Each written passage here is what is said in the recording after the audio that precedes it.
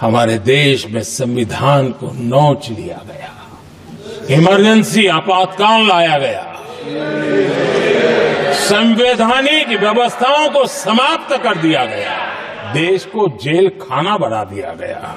और कांग्रेस के माथे पर ये जो पाप है ना, वो कभी भी धुलने वाला नहीं है।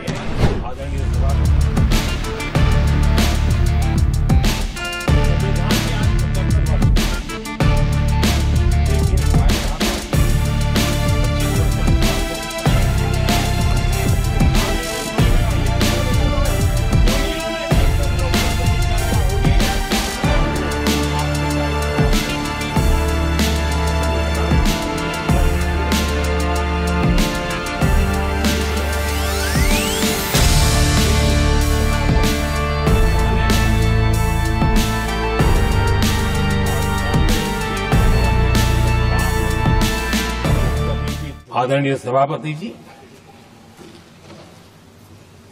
संविधान के आज 75 वर्ष हो रहे हैं, लेकिन हमारे यहां तो 25 वर्ष का भी महत्व होता है, 50 वर्ष का भी महत्व होता है, 60 साल का भी महत्व होता है। जरा हम इतिहास की तरफ नजर करें कि संविधान यात्रा के इन महत्वपूर्ण पड़ाव का क्या हुआ था।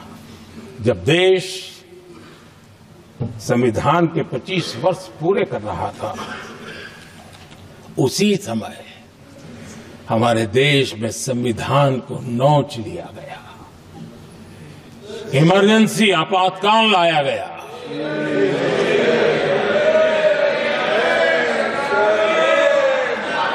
संवैधानिक व्यवस्थाओं को समाप्त कर दिया गया,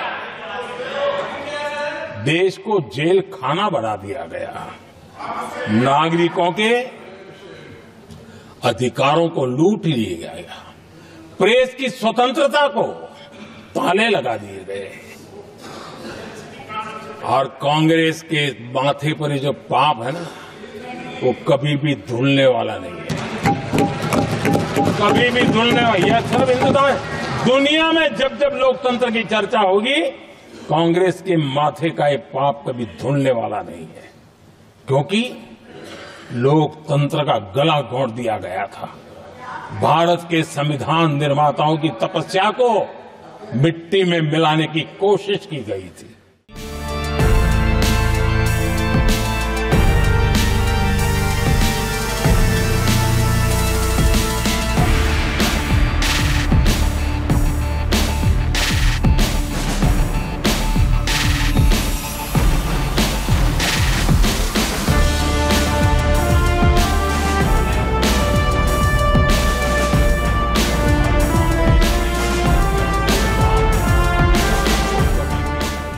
कैसी शुरुआती कितनी गड़बड़ हुई है।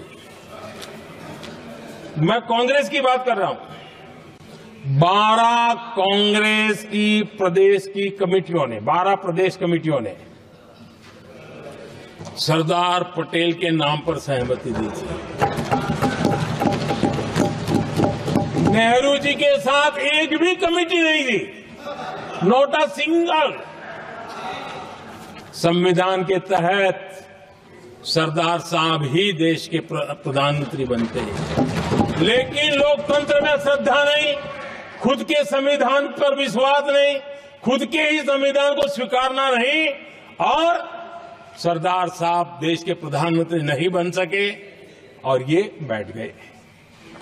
जो लोग अपनी पार्टी के संविधान को, जो लोग अपनी पार्टी के संविधान को नहीं मानते,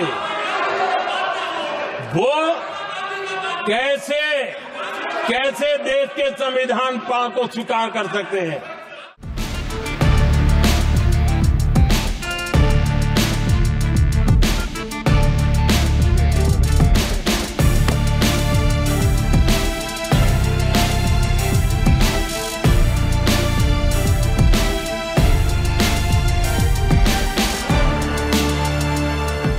प्रधानमंत्री जी ने एक नई चीज नहीं बोली, गौर कर दिया पूरी तरह से।